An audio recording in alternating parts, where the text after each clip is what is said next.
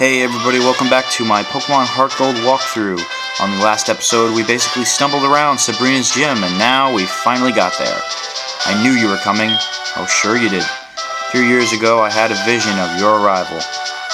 You're after my badge.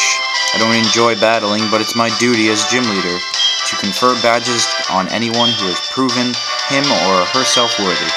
Since you wish it, I will show you my psychic powers. Well, alright. So here we are fighting someone who does not want to battle, but is still a gym leader. Makes all the sense in the world, right? It's no matter, because she'll still give us a badge. After we cream her silly. I don't know. Don't have a catchphrase for that. Anyway, she has Psychic Pokemon. My recommendation is stick with Dark types. Gengar is most likely a bad choice, but I figured I would get him out of the way while I could. Which sounds pretty harsh right there. Sounds like I'm using my Pokemon as tools of war. But I'm not. I am just being a strategic battler. Oh, of course. I almost forgot that gym leaders will use full restores. So now it's an evolution versus evolution battle. Not effective. Yeah, see, it's good to stick with Dark-type Pokemon like Umbreon, because most of their moves will be not very effective against you. And even though, as you can see, there is a massive level difference here, because I did not train up my Umbreon like I said I might have. I chose the not option. Yeah,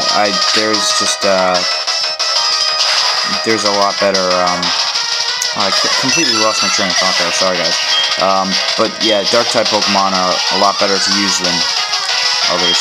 I guess you could say that, because even if you have a weaker Dark-type Pokemon, you can see that Umbreon's faring better than my level 50 Gengar.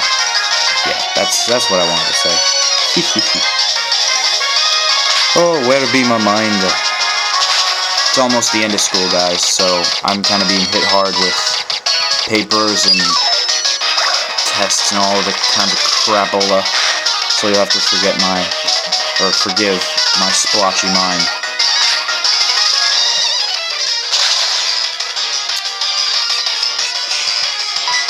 Faint attack. Or energy ball. I'll go with that.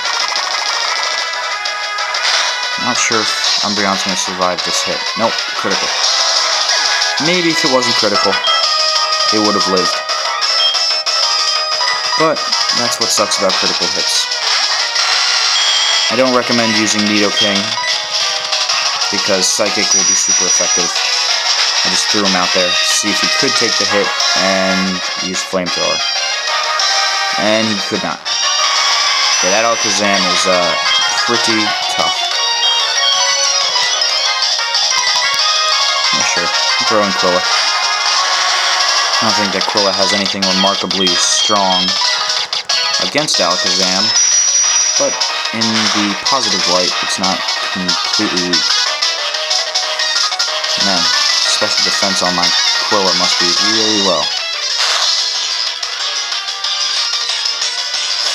Yes, be burned. Good. Don't use the Citrus Berry. No! No! Now she's gonna use full restore. No, that would have worked out so perfectly. Damn it. So now my burn and all the damage I did are gone. Son of a bitch. No, not the Psychic.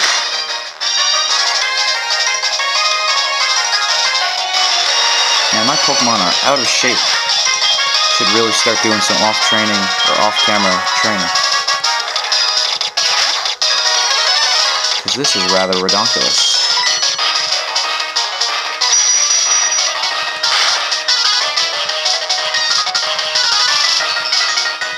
Wow. Huh. Yeah, this would be an epic fail right here.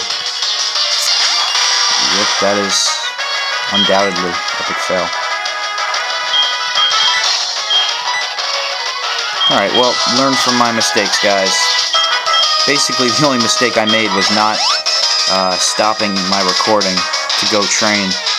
But since you guys aren't going to be recording, as far as I think, I don't know, maybe you have your own YouTube.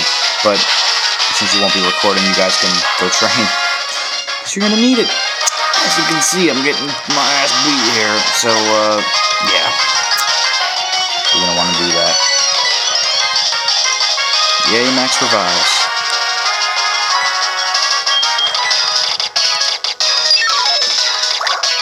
Yeah, see, that's annoying. So you really can't use your Feraligatr here if you were planning to use Crunch, because Alakazam has Energy Ball, which is a grass type move, and it'll be taking out your Feraligatrs, or any other water Pokemon for that matter, quite easily.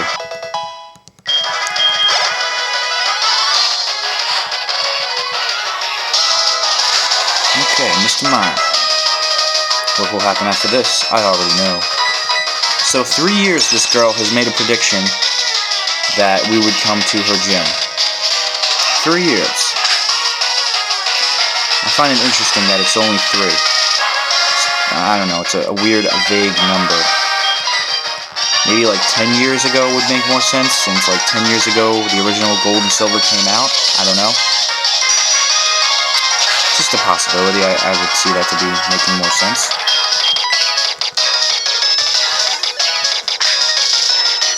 Oh right, I remember this mime. This mime was not effective against me. Yeah, this is, or that was, Alakazam was Sabrina's strongest Pokemon.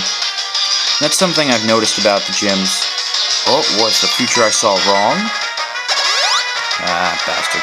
Yeah, but that's what I noticed about all the gyms, even the ones in Johto, is that they don't save their best Pokemon for last, which would theoretically make sense because, you know, you've had your other Pokemon weaken me down a bit, and now you're going to take me out with your strongest Pokemon, right?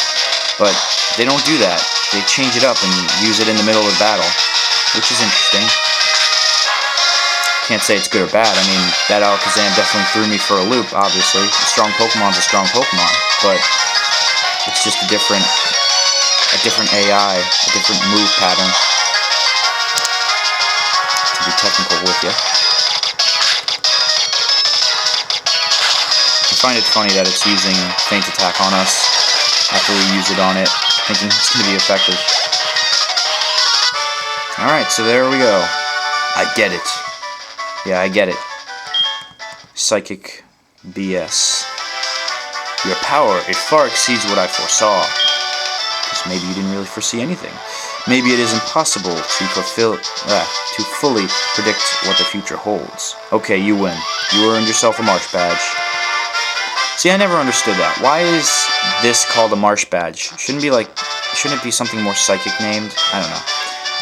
I think of Marsh Badge, and then I think of Pastoria City in the Sinnoh region. That's what Crasher Wake's badge should be called, Marsh Badge. Anyway, alright, so we got the TM that contains Skill Swap. And if you guys remember from my previous stumbling video of trying to get through this gym, what Skill Swap does is change the abilities of your Pokemon with your opponents.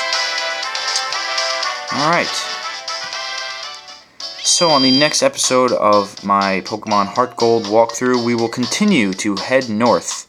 Even though there are other options like west and east and even south. Well, actually there's nothing more we can really do in Vermilion.